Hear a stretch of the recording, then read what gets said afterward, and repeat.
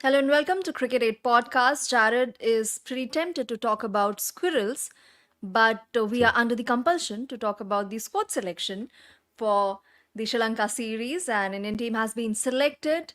The skipper of the T20I team is going to be Surya KUMAR Yadav, and that has drawn a lot of attention. Already, there are some opinions in the comment section questioning that, but we take all of that up one by one. First things first, right now, score has been selected, and we are looking ahead to a new era. That's the Gambhir era.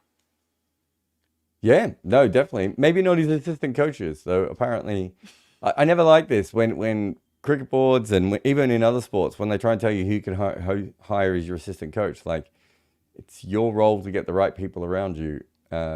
He's going to want to work with the people he's going to want to work with. So it's very weird that it sounds like they're not accepting his decisions. But yeah, it's a new way forward. I haven't looked at the internet at all since this team came out. So you've already said there are some strong opinions. Give me the brief Crux of spiel it. Yeah. of what the Sky captaincy has done to people. So Hardik Pandya, more so after his performances during the T20 World Cup, has really become a fan favorite because remember, not too long back, He he was was being the booed. one being booed. Exactly, left, right, and center, no matter which stadium he went to. But those cheers of happiness, the sort of bowling performances that he came up with, apart from the cameos that he played with the bat and that 50 against Bangladesh, so all of those performances combined helped him win back the trust and love of the fans. Now, the questions are also being raised because it was expected till the longest time, till maybe the previous edition of the 50 World Cup, 50 overs World Cup happened, that Hardik Pandya would be the man taking India forward in the format. But Mm. suddenly that injury came in the game against Bangladesh and it all went awry for Hardik. And then came the Afghanistan series when Rohit was back and it was pretty clear, evident that he would be leading India in the T20 World Cup. All of that was very fine, so far so good. But then suddenly, after the exploits, after Hardik's exploits in the T20 World Cup, we were reminded of the fact that there was this one point when he was expected to lead India in the format. Mm. And with this squad selection, we are left to wonder something else. The first thing that this reminds me of is this. This is what teams sometimes do when they're not sure who their next captain's going to be. So instead of just giving it to the next person, quite often they'll use a caretaker. And generally, when you're going to use a caretaker, you use a senior player, right? So Sky is not massively experienced when it comes to international cricket, of course, but very, he's old. What is he, 31, Yeah. 32? He's probably not going to be the next captain, would be my guess. But what they're thinking, Mega, here, and I can only assume, and who knows who's in charge at the moment and who's making the decisions and everything else. But I can only assume that what they're thinking at the moment is, all right, let's just get a guy in who'll be able to captain for a couple of games. We've got 2 years still before the next World Cup. We don't need to hurry here. Hardik is there. It is hilarious to me, though, that the same people who were telling me that Hardik Pandya was gone are now seem to be upset that he's not got the captaincy after a couple of good games in a World Cup. It just shows you how quickly these things can change. But yeah, to me, this strikes as a sort of, giving the captaincy to, I don't know, I'm trying to think of someone who's done this recently, but Quinton de Kock or Adam Gilchrist. Sometimes those guys get the captaincy. No one expects them to be captain for very long. Everyone's kind of already looking at, who are they going to give that to next? And you give it to some of those people. Doesn't mean that Sky can't do a brilliant job and maybe leapfrog Hardik Pandya. All those things are possible. But it feels to me like they're just like, let's just settle down for a minute, get him involved, and then let's have a look at it. It's only one series. Like, do you remember when India lost that first game in Zimbabwe, what the reaction was online? Yeah. And it's like, the problem with the cricket cycle and the news cycle in general in the moment in the world is that people just over react to every single thing that has ever happened. And so that's kind of where we are with this. But it feels like to me more, let's just chill. We've got Shubman Gill as vice captain. Hardik's still in the squad. Let's see what happens. Let's see how we feel at the end of this. So it's not, so one is not supposed to read too much into it. I'd be shocked Is if they're making a that big what you're. decision now, Mega, because they literally, Gambhir has barely put his bum in the seat, right? Like, I would be shocked if he's come in and just been like, to me, this reads more like he's in charge now rather than anything else. Because as you know, if it was going to be a big deal, the BCCI would have made it more of a big deal, and they would have said, well, we're changing direction. This is the man for our future. I didn't see any of that in any of the articles or press releases, unless you can confirm that or dispel that. So I would assume that what happened was they just went, okay, let's just settle down for a minute and see what happens. Or should I take you back to 2022 when there were things done more subtly? Hardik taking over initially for the series against New Zealand, it was pretty clear that India wanted to rest its senior players, and then that started becoming the status quo. When Rohit Sharma was asked the question around him featuring in the T20Is, he mentioned that it's the World Cup year, 50 overs World Cup year, that's the focus, but one wasn't really sure. Even the West Indies series, the two, that is Rohit Sharma and Virat Kohli, they did not feature in the squad, and they did feature in the ODIs, and the T20Is would have helped them get used to conditions in the country, and rather in those islands, and get familiar with it, because the World Cup was to be played here down the line on those venues. So do you think that when BCCI does it, it's done subtly and not so much with pomp and show?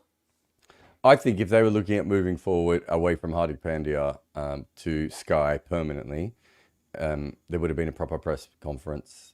He would have been brought out and they would have said, okay, so we've decided our new captain is this, and this is what we are going to do. And even if it wasn't a press conference, it might have been done in a press release saying, you know, Gambhir has decided, or whoever is actually in charge at the moment, has decided that they're going in that direction. I'd be shocked if this one series means that the entire issue is closed and that they've decided for the next 2 years that Sky's going to be in charge of the team. Just doesn't seem to make any sense to me, personally. If that is the case, it's possible that they're saying to Sky, well, you know, you are a senior member now. Here's your chance at being a future captain, which makes sense. Obviously, they've got Shubman Gill there as well. They've got Sanju Samson, they've got Rishabh Pant, they've got Hardik Pandya. You know, they've got quite a few people with leadership experience around that squad, right? So it is possible that we might even see Sky captain in one series and Shubman in another series and Hardik in another series and see how that all goes. Like, I think there's lots of different options here. What I don't see is them making a clear move for the next 2 years based on this series. And I understand overreactions and I understand how people, you know, work all these sorts of things out. But when it comes to it, I'd be very shocked if they have made a long-term decision for one series. We've seen lots of random captains for a single series. Like, I don't think you can get too excited or too worried about a single series captain. Just one more point to complete this topic, and that is when Rohit Sharma got appointed as the ODI captain, it was again done very subtly. There was just this tweet confirming that, and we were then to infer from it that we had moved on from the Virat era. You in say white subtly, ball. but the difference is that was an announcement that Rohit Yeah. Sharma was going to be. Do you know what I mean? This is as far as I'm aware, and you tell me if I'm wrong. Committing This to was one just series, yeah. this was just a squad release for one series. That's very different than saying Rohit Sharma is now our captain in ODI cricket. That's an announcement, even if it is just a tweet rather than a press conference, even if it's just an email, whatever that may be. This is slightly different. I think this is the more interesting thing is that clearly Rohit Sharma and Virat Kohli are, at least at this stage, planning on playing in the Champions Trophy and perhaps even beyond that, right? Which I do find very interesting from that squad. And the BCCI secretary just a few days back also mentioned in one of his press conferences that Rohit Sharma and Virat Kohli would stick around at least till the Champions Trophy and then till the World Test Championships in Test cricket. Beyond that, it's left for all of us to conjuncture. Now, the second topic that has created a lot of ripples is Shubman Gill's elevation to vice captaincy. Now, this is a full-fledged squad that we are talking about. Shubman Gill did not even feature in the 15-member squad during the T20 World Cup. Abhishek Sharma managed to leave some imprint. Ruturaj Gaikwad had been in the mix of things since the last year in T20Is, not getting a look in. And all of these things are interrelated. That's why I'm bringing up this topic of vice captaincy being handed over to Shubman Gill, even when he was struggling during the Test series. And I'm again bringing in another format. But the point is that India is banking on Shubman Gill, and he has done well. Last year, in particular, he had a great run. Since 2023 in ODIs, he's the second highest run getter. So a lot of faith is being imposed on him, shown on him rather. And Well, I'm India gonna is, flip this on you, Megha. you're a cricket journalist, and this is part of your job now. Can you tell me who the vice captain of the Australian cricket team is at the moment?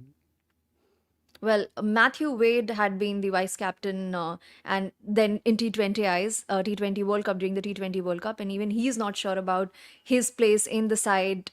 So So do you know it's who really was a tricky. vice captain for Australia for a while? It was Travis Head was vice captain. And then he was dropped from the side, and the vice captaincy was never mentioned again. The only country left on earth that cares at all about vice captains is India, and I've never understood why. Everyone else has basically like distanced themselves from vice captains. Do you mean times we're at a ground and we are covering a game, sometimes commentating the game, and no one is sure who the vice captain is when the captain goes off the field? Right? India is the only place I've met over the last 5 to 7 years that still seems to care about vice captaincy and everything else. It's astounding to me that anyone worries about this. Teams announce vice captains, and the vice captains get left out of the next squad, and no one mentions it. Right? It's just not a thing. And it's really interesting to me that in India this is still seen as such a big thing. And it is. So it's not that the Shubman Gill selection isn't a big thing. It's just interesting to me. I think if I went through the entire international cricket, the test playing nations, I think the vast majority of us would struggle to tell each other who the vice captain was. Right? That's how bizarre this is, that in India it's such a big deal still. Well done on Matthew Wade. I don't know even when the last time it was a permanent position, the Australian vice captain. That's how random that one is. Look, they are investing in a future leader. That's what you're seeing here. Shubman Gill playing his best cricket makes a lot of sense. I don't really know how you fit Shubman Gill particularly into the T20 side at the moment with the other players that are around. But they don't have Abhishek Sharma in the squad, right? Yeah. So they've made a decision that most probably we're going to see Jaiswal and Shubman Gill opening the batting. I think that's probably a mistake, but I can understand why they're going there. But as far as the ODI side, there's no issue there. He's one of the best ODI batters in the world, and automatic. But again, it's giving people leadership responsibilities. Rishabh Pant is still around. Hardik's not playing in the one days. Is that right? He wanted to be rested for this one. He Yeah. had some personal issues to take care of. So probably Yeah. that was So cited as a reason. also Shubman Gill, if he does get into the T20 side and make some runs, potentially he can be the vice captain across three teams, which gives them a bit of a connection across the three teams, which is an important thing. So that there's someone in the meeting going, well, this is what we're trying to do as a team. Maybe we should look at doing that in this format or whatever it may be. But yeah, it's interesting because Abhishek Sharma is quite clearly one of the most exciting players in the world, and he's not in this squad. So I think that's them saying to Shubman Gill, if you want this spot, come out and get it. Average 40, strike at 145, and then it's yours, and Jaiswal can do what he does at the other end. But yeah, very, very interesting to me that, you've got a player like Rian Parag in this squad, and you've not got a player like Yeah. Abhishek Sharma Abhishek? in this squad. So different roles, don't get me wrong. I'm not saying that they're completely like for like, but just it's interesting to me that that's the direction they've gone at the moment, especially because Rian Parag's in the ODI squad as well, Exactly. which I find very fascinating. You just find it fascinating. You can't leave us at that. You got to And yet I explain why can. you find it fascinating. Look, I think we all know how talented Rian Parag has been. He's probably got some immaturity issues. We all make the jokes about the fact he's still a fan of Andrew Tate. I think if you're a fan of Andrew Tate when you're 12 years old, I think that's probably still not acceptable, but understandable. If you're a fully grown man and you're a fan of Andrew Tate, it probably means that you're not emotionally very mature. And I think his cricket was a bit like that too. I think the pure talent was always there with Rian Parag, but it took him a long time to actually come along as the player that we all thought he could be. And I think India are now like, okay, we've only had, 6 to 8 months of this Rian Parag, but that's enough. That's what we've been waiting for. And sometimes especially in India, you see them wait, and players have to, sit in the wings forever. And I think with Rian Parag, they're like, look, he's a next level talent. If we can get him in, I don't know, how old would he be now? 23, 24? Does that sound Yeah. right? 22, 23, I reckon. Yeah, is it even younger than Made that? his Yeah. debut at 16. Yeah, so, I think Yeah, you're right, 22. That a sort of player who can play the season he's just played at that age. I think we already know that there are, a top tier level talent. Whether it fully develops or not, there's still some chinks within his game and some issues within his game. But I think India is like, okay, he's here. Let's see what we can make of him. And also, I think he's ready for the next level in a way that perhaps other players with much better records, who might be 24, 25, 26, 27, don't have the same ceiling that he has. And so they're taking a bet here on a player's ceiling rather than anything else. It could still go horribly wrong. I think, as I said before, I still think he's maturing as a person, let alone as a cricketer.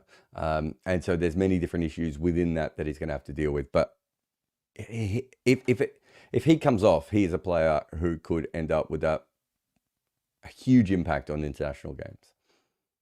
Interesting. Sports fan has been regularly following our shows, and he's kind of reiterating your point and also asking question. Do you think Parag and Dubey's bowling abilities, along with their middle order batting, has got them selected in ODIs over one-dimensional players like Ruturaj, Rinku, etc.? I think your One-dimensional. bowling is probably not that far off their bowling. I've never seen Rinku Singh bowl. I can't imagine he's that much worse a bowler than Rian Parag. So no, in T20s, I think it makes sense because I think you can steal an over out of Shivam Dubey, and you can probably steal, maybe 2 overs out of Rian Parag on a good day, and that's quite handy. In one-day cricket, I'm not sure what pitch is Rian Parag's going to bowl more than 3 overs on. Dubey, you might be able to get Dubey on something that, if the ball's swinging a little bit or if it's nipping around, maybe 1 in every 10 games, you can get him up to 5 overs. It's not really, you're not talking about him in the way that you're talking about, Hardik Pandya or Akshar Patel or Washington Sundar or someone like that, right? I think those are very, very different kinds of all-rounders. So no, I don't think that's played a big part in their selections. I think with both of them, it's the way that they are batted over, well, in Shivam Dubey's case, the last 2.5 years, 3 years, and in Rian Parag's case, the last year and a half. And they're different positions than Rinku Singh, Yeah. and they're different positions than Gaikwad. So you look at this team, Rohit is going to open with Shubman Gill, right, in the ODI team. Is that what we feel? So where does Gaikwad fit in? You've still got Kohli and perhaps KL Rahul to come in. So where does Gaikwad go into the one-day side? Then you've got Rinku as a finisher. They probably, you look at India of recent times, maybe haven't gone as hard with those sorts of finisher roles. And then you come to T20 and you're like, well, that finisher spot suddenly makes a lot more sense. And so then you have Rinku. But again, you have your openers in Shubman Gill and Jaiswal. You've now got Rishabh Pant, who they, certainly want to bat further up the order. So they have other players that can do those roles. So I think it's more to do with role definition. It's handy to have a second skill, don't get me wrong. But, Shivam Dubey almost never bowls, right? We can't. It's unfair to it's unfair to part-timers to call him a part-timer. Yeah. Well, probably he fits in somewhere in between part-timers and all-rounders during the IPL bowl. No, he and fits overall somewhere too. between part-timers and never bowlers. Okay, that's a further demotion. Yeah, But well, he can't be an all-rounder. How often does he bowl? Do you think? Let's go to his one over IPL in the stats. World Cup, Yeah, in the 2 World overs Cup. or an over, 1 over that's- against the US. Well, that's not an That's all-rounder, all. is it? That's Yeah. not even a part-timer, right? Let's have a look. Underutilized all-rounder. Well, underutilized all-rounder is not an all-rounder because you're either an all-rounder and you're in the team for both skills or you're not. Let's have a look. Let's have a look at balls in the IPL. Yeah. 2024. 12, Tell me 6. how many balls you think he bowled. 2024. 12 balls, or was it 6? So close. It was 6. 2023. 16 games. How many balls do you think he bowled? Impact player rule was still around, so 3 overs. This is a wild guess. 0. I'm sorry. 0 overs. This is fun. I like this. When did the impact sub start? 2023? Last year. Yeah. Yeah. So 2022, no impact sub. He plays 11 games. How many balls do you think he bowled? You're putting me in a spot. Yeah, Again, this I'm is a putting you very in a spot. random guess. There's a reason 5 I'm putting you in overs. a spot. He bowled 2 overs in 2022. The most overs he's ever bowled in an IPL season is 9. So he averaged in his most highly bowled season, he averaged less than an over a game. That's barely a part-timer. right? And if you look at his whole career, he's not a part-timer. We've got to stop talking about Shivam Dube as if he can bowl. Because if Shivam Dube could bowl, he would be bowling, right? And I'm not going to go through Riyan Parag's numbers. I think he's bowled a little bit more than Shivam Dube, but I would assume Has he? not all that much. Probably not. But there were years when he at least... No, actually, neither of them bowl. Got to hold the ball. So when we're talking about, these sorts of players, like if they're not bowling for their IPL franchises, right? The chances of them bowling more than an over each a game is about 100 to 1, right? Doesn't mean that they won't occasionally bowl an over. And that doesn't mean that some of these squads where they're trying things out, they won't try them, right? So you might have situations overall where you think to yourself, we're playing Zimbabwe. We want to use Shivam Dube as an all-rounder just to test him out a little bit more. Or we're going in with bad squad selection. Like we know this. You remember that versus Zimbabwe where they had the 83 opening batters and they were trying out all the different opening batters in different spots. You might do the same thing with all-rounders or with part-timers, or, you might take an extra one less seamer into the side because you want to try out an extra spinner. Though they would get to bowl then. But Riyan Parag bowled 18 balls last year, 0 balls the year before, 24 the year before that. 2019 was the last time he bowled consistently in T20 cricket. We're not talking about people who can bowl, because if they could bowl, Megha, they'd be bowling, right? We're talking about people who can't bowl, but have some kind of extra skill, which is, I think, what Sportsfam was asking about. But whether that there's nothing in their bowling record that suggests they should be in ahead of Gaikwad or Rinku Singh. It's probably more to do with the shape of the squad and the batting talents they have. And if you can then, best case scenario, get 2 overs a game out of Riyan Parag and Shivam Dube when you need it. Combined. That would be combined, not each. Jesus Christ, what are we talking about here? I think that would be very cool. But you look at Riyan Parag, he goes at 10.5 runs and over in the IPL in his career. And Shivam Dube goes at 9.6 runs per over. Like when I say they can't bowl, right? If they could bowl, they would have better figures than this. And when you have part-timers with figures that bad, generally they're only being brought on in two situations. Either the conditions are in favor of them, and you decide, we need an extra spinner, we'll give the ball to Riyan. Or it's like worst case scenario, everyone else has got hit, right? And they haven't managed to make either of those successful. So I think we have to understand that an all-rounder is Hardik Pandya, who you think we could probably get 4 overs out of a all-rounder. And then you've got like a low usage all-rounder, like someone like Moeen Ali, where you just like, we might not always get 4 overs out of him, but we can get 4 overs out of him, and we can get 1 or 2 very consistently. And then you've got that kind of more part-time bowler, right, who will bowl in certain conditions or when everything else is gone. These two are both below that at the moment in their IPL usage. I think India is hoping they will be above that at the international level. And they're both, youngish. They're not like, I know Shivam Dube's a little bit older, but it's not like Shivam Dube's 34. Like, he's still got some growth potentially within him. But the chances of either of them playing as an all-rounder at the international level, 0. The chances of them playing as a low usage all-rounder on certain conditions, 10%. More likely, the best case scenario is you get some part-time overs out of them every now and again when there's an injury or all hell's breaking loose. And even then, if they're going at 9 and 10 runs and over in the IPL, chances are they're going to get humped around in the international cricket as well when they play. So, there you go. There's my rant on those guys. But I think they should be in for their batting. Yeah. Abhishek Sharma can bowl as well, though doesn't get utilized as much, and he too has not been selected, didn't make the cut. In domestic cricket, all of these 3 players that we discussed about bowl quite a lot. But just that the nature of the IPL, it does not allow for these players to get more bowling opportunities. Because you've ranted so much on the topic. No. You don't get to throw that out there. And just what do you mean by the nature of the IPL? You tell me specifically what you think it is about the IPL that doesn't allow them to get those opportunities. For example, in Shivam Dube's case, just the fact that he's not around when Chennai is fielding, he doesn't get to bowl. So when you say he's not around when Chennai's fielding, if he was a very good all-rounder, he would be around when Chennai was fielding, correct? If they thought he was a plus bowler, he would be around. And you're talking about the last 2 seasons. We just look back at his other seasons. He wasn't bowling when there was only 11 players in.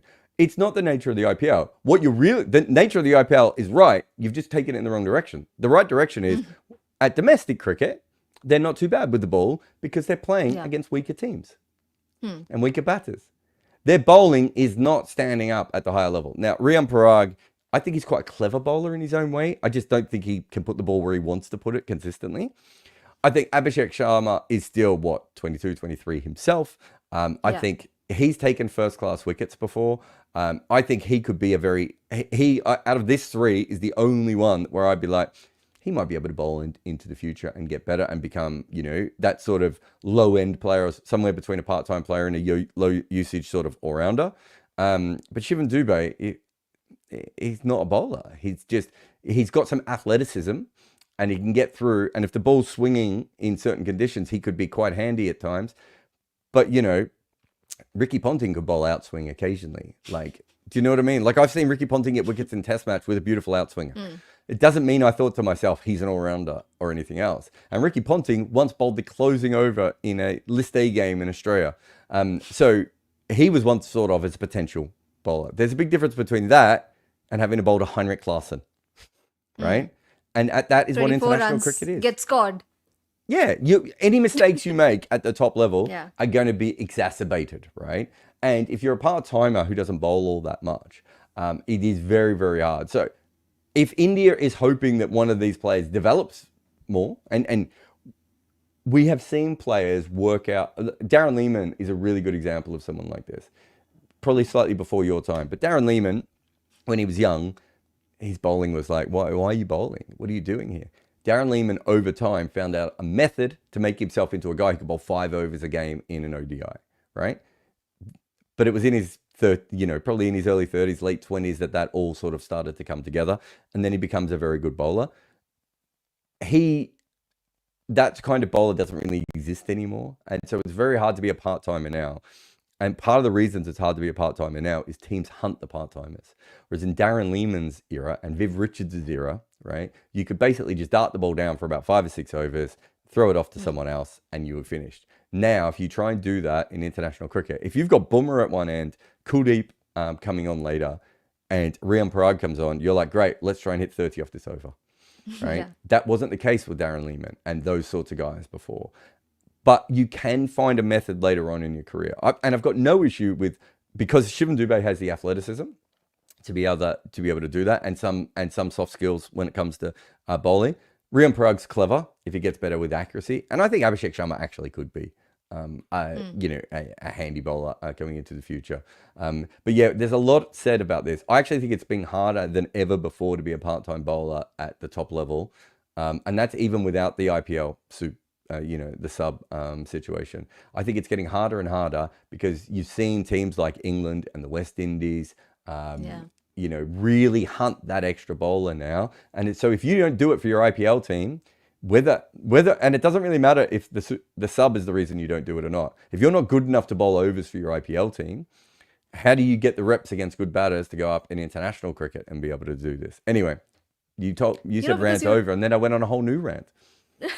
No, but because you ranted again and because you trapped me on that point, the nature of the IPL also means that the best players in the world, subject to certain conditions, because again, there are other teams as well vying for the same set of players, you get to pick and choose. You get the best of the talent from the pool of players that IPL gets from around the world.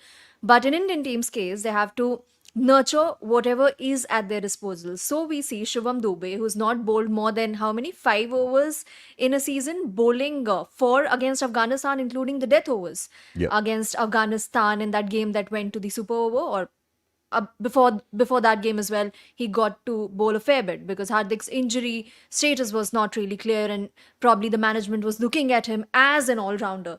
So in the Indian team, but that's different. So I get your point there, but that goes back to what we were saying before. That's like using Abhishek Sharma batting at number 3 against Zimbabwe, right? We all know he should be opening, right? So why is he batting at number 3? That's a development reason. You talk about Shivam the Dube heat bowling is on. against, you talk about Shivam Dube bowling against Afghanistan in a bilateral game, right? How many overs did Shivam Dube bowl in the last World Cup? 3 or 4? Is that Yeah. right? I mean, I'm just guessing Last off World this one. Cup. You're asking about the previous World Cup, recently No, this one concluded just World Cup. now. The World Cup One they just over, played. I think, against the Was US. That's about it. so despite the fact they played on wickets where medium paces were quite hard to hit, Yeah. when the pressure was on, he bowled a single Low over. scorers, maybe. Yeah, but we knew that was a good wicket for seam bowling to bowl on, and they still went to their spinners ahead of him, even though they had him in the side.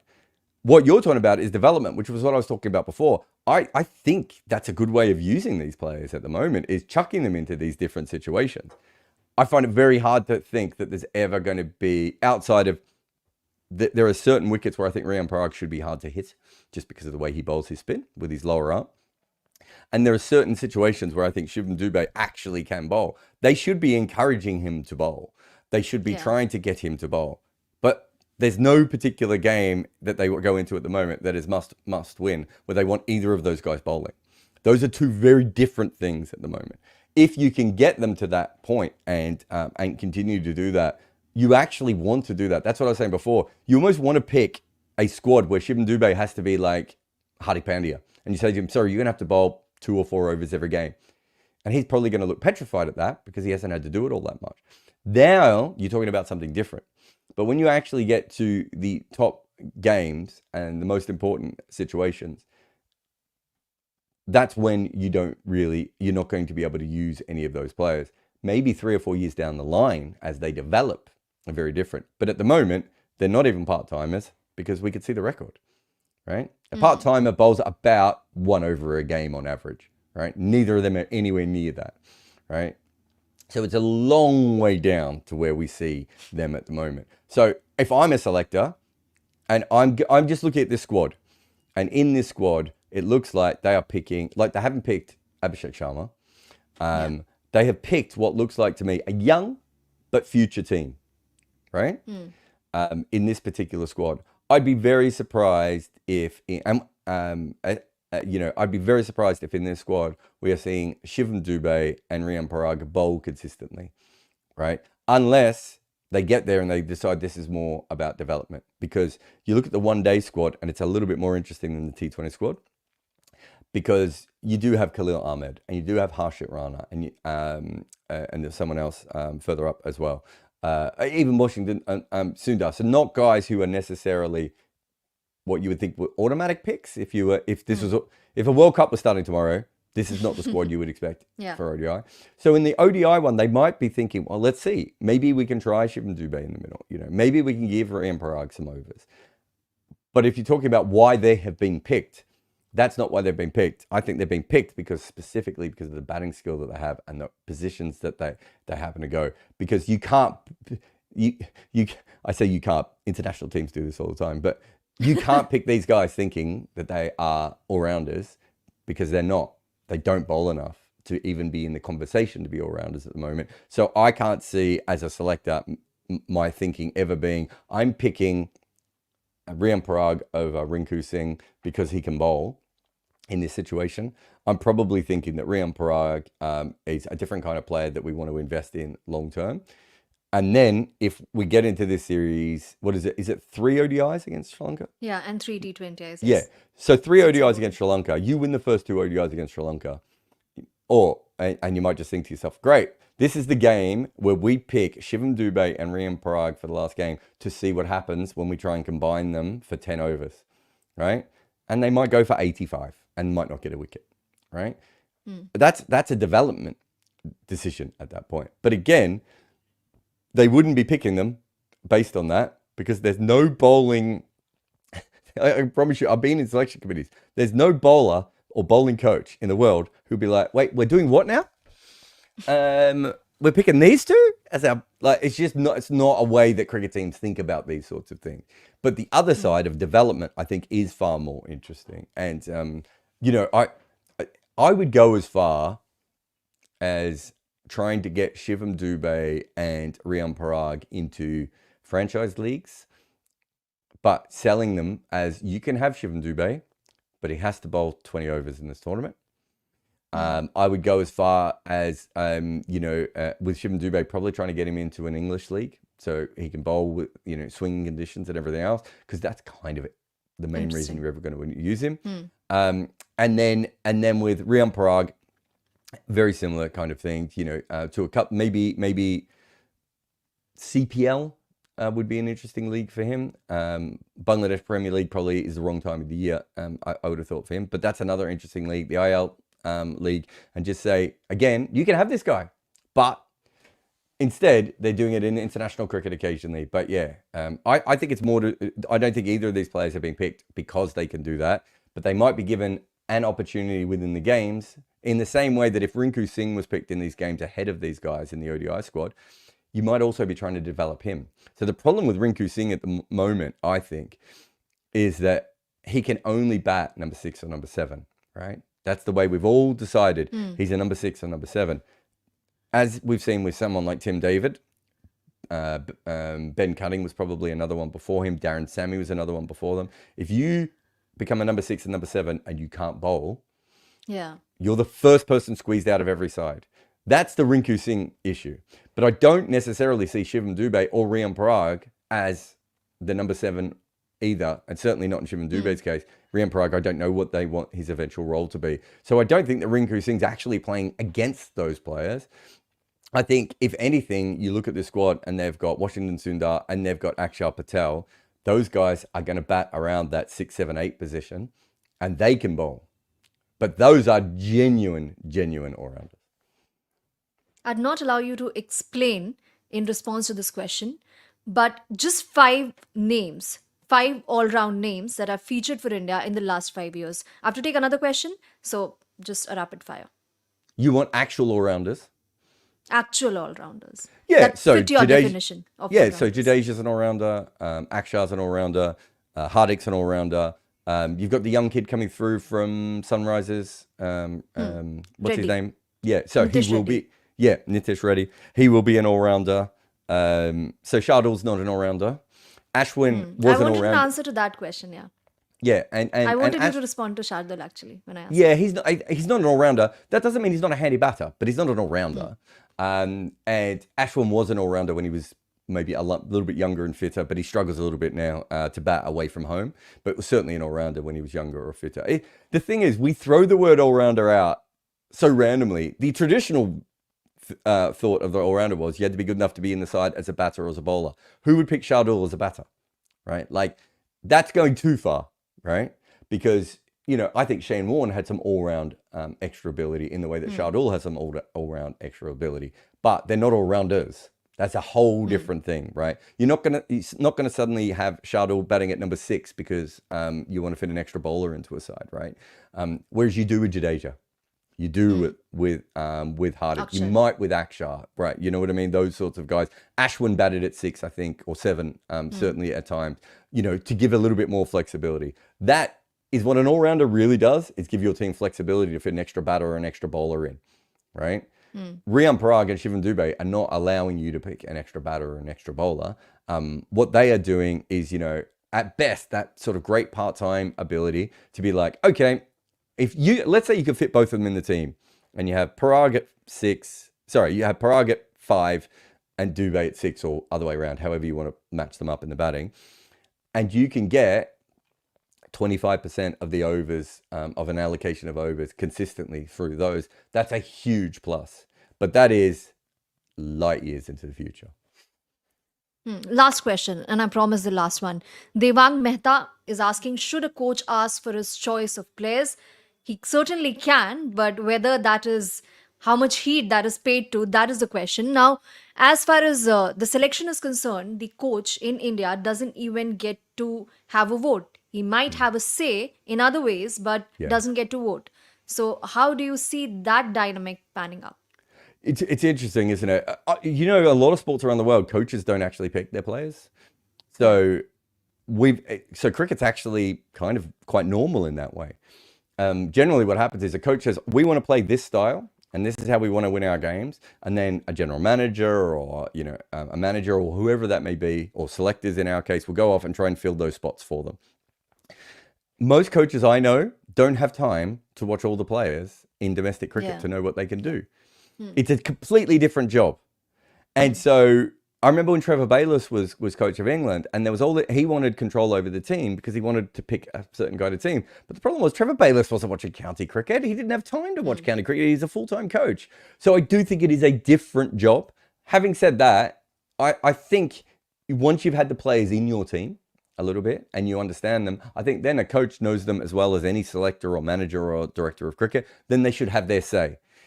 Whether coaches or captains should actually be selectors, I probably lean towards no, but I also think that they should be involved in the final conversation when the team is being picked, because ultimately they're the ones who are going to be judged based on the team. Yeah. But on the squad and on the general selections, they tell everyone how they want to play, and then it's up for those other people to find the players that make those sorts of roles. I think that's how it should be done professionally. Cricket's not quite there yet, but it's kind of there and thereabouts. So yeah, we don't really know the brains behind the squad. Of course, the selectors, the selection committee led by Ajit Agarkar made the choices. But how much of a say did Gautam Gambhir have? For that matter, Surya KUMAR Yadav does have, or Rohit Sharma does have. That is left to, of course, speculations. As of now, we'd wrap up. We'd be back again like we are every week with multiple podcasts of ours. Thank you so much, Jarrod, for joining. And thanks to all of you for your questions and your time.